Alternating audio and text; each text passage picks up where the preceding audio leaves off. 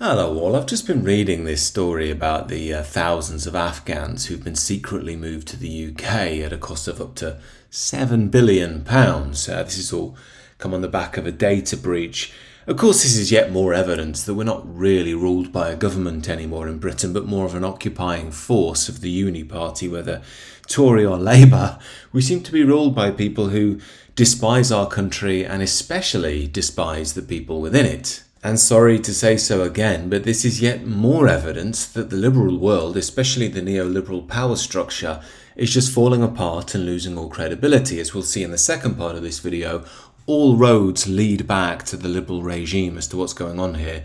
But I'm just going to break down exactly what's happened. So starting from the top, and I'm reading from the FT here, I'll put the link in the description if you want to read it yourself. An unnamed British soldier in February 2022 accidentally sent 2 emails with highly sensitive personal details of 19,000 Afghans who cooperated with the British in Afghanistan plus family members. Now from the top this seems very dodgy to me. I mean, why is a British soldier emailing a random Afghan who's got the ear of the Taliban about this anyway? But look, this is the story up to this point. Then apparently the leak was discovered 18 months later by the Ministry of Defence in August 2023 after an anonymous Facebook user posted screenshots of the database and threatened to publish the whole thing. And again, very weird. We don't know who the soldier is, we don't know who the Afghan was, and we don't know who the Facebook user is. And of course the powers that be do, but we're just supposed to think that they don't. I mean, this is all very Orwellian off the top. It then gets really spicy when we discover that in August 2023, Ben Wallace, the then Conservative Defence Secretary, applied for a legal gagging order,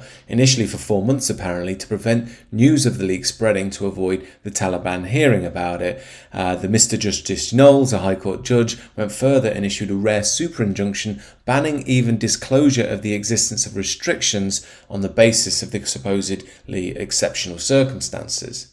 So ostensibly this High Court judge and the government stepped in to avoid the Taliban hearing about any of this, though in reality I think it might be a bit because they don't want the public to find out. But anyway, the government next set up a secret relocation scheme to move the most at-risk victims of the breach along with their families out of Afghanistan and to the UK. Officials have said, and why would you believe them, that 5,500 people have been relocated directly because of the breach, with at least another 2,500 to come, but a total of 18,500 named under the database have actually come to Britain. And as recently as 2025, court records are showing that officials were estimating they would have to relocate 25,000 victims of the breach who would have otherwise been ineligible to come to the UK at a cost of £7 billion to the taxpayer.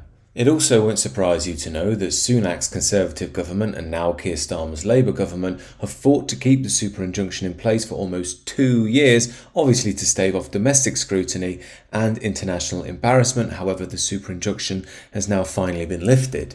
So in essence, this is yet more evidence that our political leaders will make all the right noises when they're facing the public about mass immigration and islands of strangers and how they're on our side, while in the background in secret they're spending our own money, £7 billion worth actually, to import people secretly. And this is apparently why the UK government is on alert for public disorder following the discharge of the injunction, showing that they probably are starting to understand quite how much they're pissing the public off. And no, that's not me promoting any form of public disorder, and I have to say that in this day and age because the system is now in such a state, things are getting so messy and taut that it's ready to explode, and all the system can do is become increasingly tyrannical on any form of speech to try and keep their liberal delusion of peaceful and wonderful multicultural mass immigration Britain moving. As I keep saying on the channel, I'm not pro any form of violence or anything of that sort, but the reality is the liberal regime keeps creating an absolute mess of a situation, and when it inevitably pops off, they point the finger and say, oh, these people, they're so full of hate and anger. If only they read The Guardian and the BBC and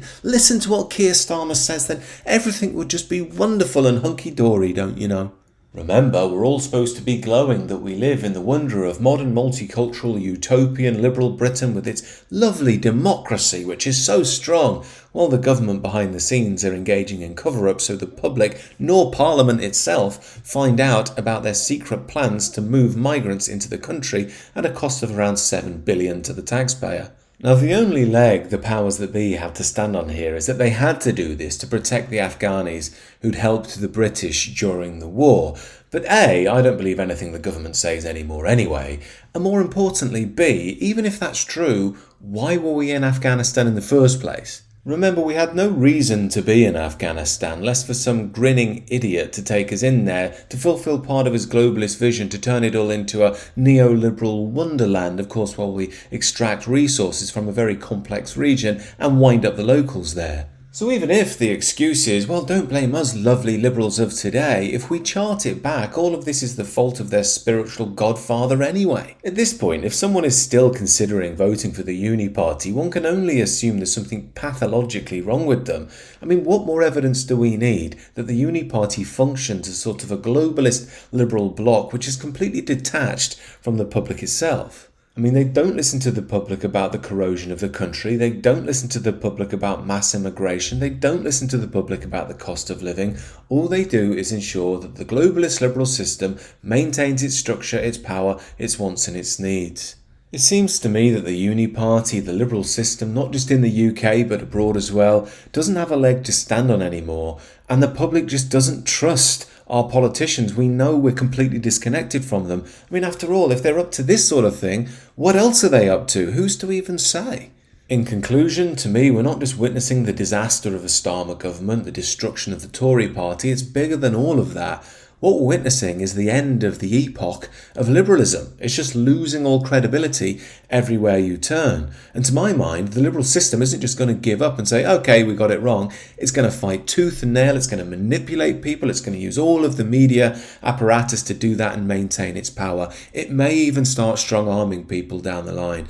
But the only way out of this isn't civil disobedience. That's not what I'm promoting.